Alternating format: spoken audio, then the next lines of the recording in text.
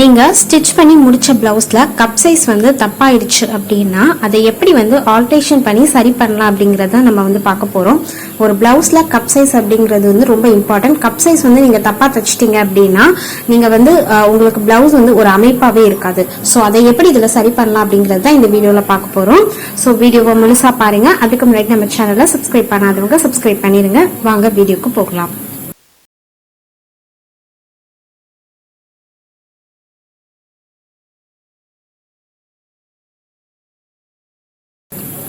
So இப்போ பார்த்தீங்க அப்படின்னா இந்த ப்ளவுஸ் வந்து ஸ்டிச் பண்ணி முடிச்சிட்டாங்க. ஸோ இதில் வந்து என்ன தப்பு பண்ணியிருக்காங்க அப்படின்னா கப் சைஸ் வந்து கரெக்டாக வந்து பிடிக்காம அந்த சென்டர் டாட் வந்து கரெக்டாக பிடிக்காம விட்டதுனால கப் சைஸ் வந்து சரியாக இல்லாமல் இருக்கு.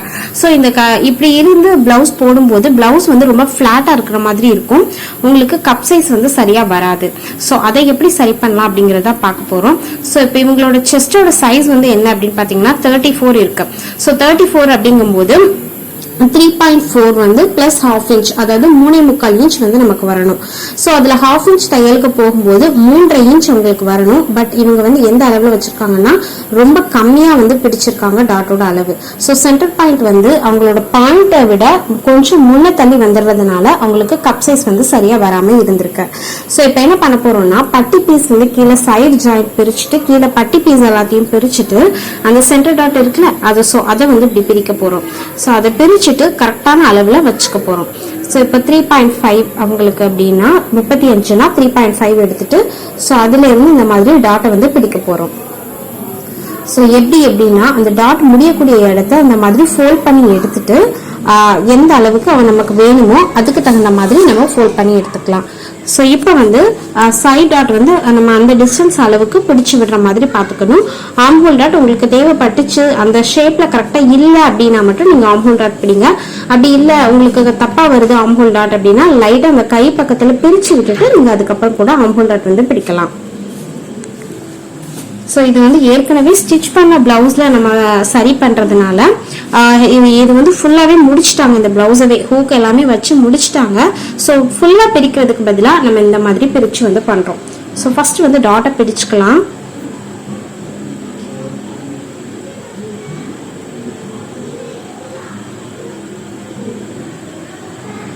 ஸோ டாட்டை பிடிச்சிட்டு அதுக்கப்புறம் சைட் டாட்டுக்கான டிஸ்டன்ஸ் வந்து ஓரளவு கரெக்டாகவே இருக்கு. ஸோ போதும். இப்போ இதே வச்சுட்டு ஆம்ஹோல் டாட் வந்து பிடிக்க போறோம். ஸோ அந்த மாதிரி நீங்க பிடிச்சு பார்த்தீங்கன்னாலே ஒரு கிராஸ் மாதிரி உங்களுக்கு தெரியும். ஸோ அந்த மாதிரி வர மாதிரி வச்சுட்டு நீங்க வந்து டாட் வந்து பிடிச்சுக்கலாம்.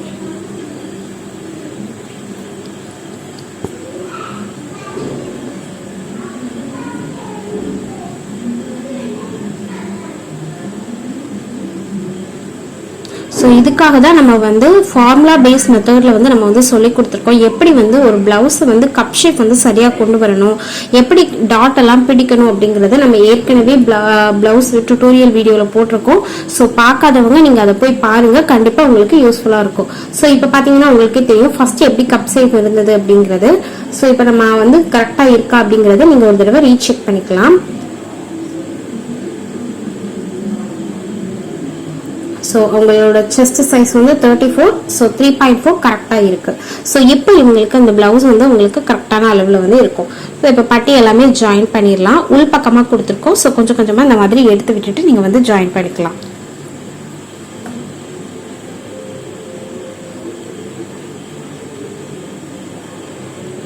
ஸோ இந்த மாதிரி தைக்கிறதுக்கு முன்னாடியே நம்ம வந்து கட்டிங் இருக்கட்டும், கட்டிங்லேயே நம்ம என்னென்ன தப்புக்கள் பண்றோம் அப்படிங்கிறத ஃபர்ஸ்டே சரி பண்ணிடணும்.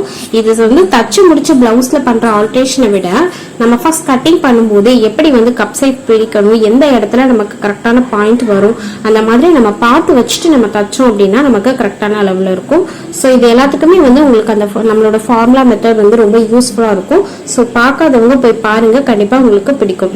ஸோ இப்போ பாத்தீங்கன்னா உங்களுக்கே தெரியும் கப் ஷேப் வந்து ஃபர்ஸ்ட் எப்படி இருந்தது இப்போ எப்படி இருக்கு அப்படிங்கிறது. ஸோ டாட்டோட பாயிண்ட்டை விட்டு கொஞ்சம் விலகி இருந்தது அப்படிங்கிறதுனால தான் நமக்கு அவங்களுக்கு கப் ஷேப் வந்து ரொம்ப ஃப்ளாட்டாக இருக்கிற மாதிரி இருந்திருக்கு. ஸோ இப்போ இந்த பிளவுஸ் வந்து உங்களுக்கு கரெக்டான அளவில் பர்ஃபெக்டாக வந்து மேட்ச் ஆகும். ஸோ பிளவுஸோட கப் ஷேப் அப்படிங்கிறது வந்து ரொம்ப ரொம்ப இம்பார்ட்டன்ட். நீங்கள் அதை தப்பாக பிடிச்சிட்டிங்க அப்படின்னா பிளவுஸோட டோட்டல் அழகே வந்து உங்களுக்கு போயிடும். இவங்களுக்கு என்ன பிரச்சனை இருந்ததுன்னா டோட்டலாகவே ஃப்ளாட்டாக இருக்கிற மாதிரி இருந்திருக்கு. பிளவுஸே வந்து ஃப்ளாட்டாக இருந்த மாதிரி இருந்திருக்கு, கப் வந்து ஷார்ப்பாக இல்லை. இப்போ வந்து உங்களுக்கு வந்து கரெக்டான அளவில் வந்து இது வந்து இருக்கும். ஸோ ரொம்ப சிம்பிள் ஃபார்முலா தான். 1/10 மார்பிள் பிளஸ் 1/2 இன்ச். இதுதான் அவங்களோட டாட் சென்டர் டாட் பிடிக்கிறதுக்கான ஃபார்முலா வந்து 1/10 மார்பிள் பிளஸ் 1/2 இன்ச். இந்த அளவில் டிஸ்டன்ஸில் எடுத்துட்டு நீங்கள் பிடிச்சிங்க அப்படின்னா உங்களுக்கு ஈஸியாக வந்து கரெக்டான அளவில் வந்து கிடைக்கும்.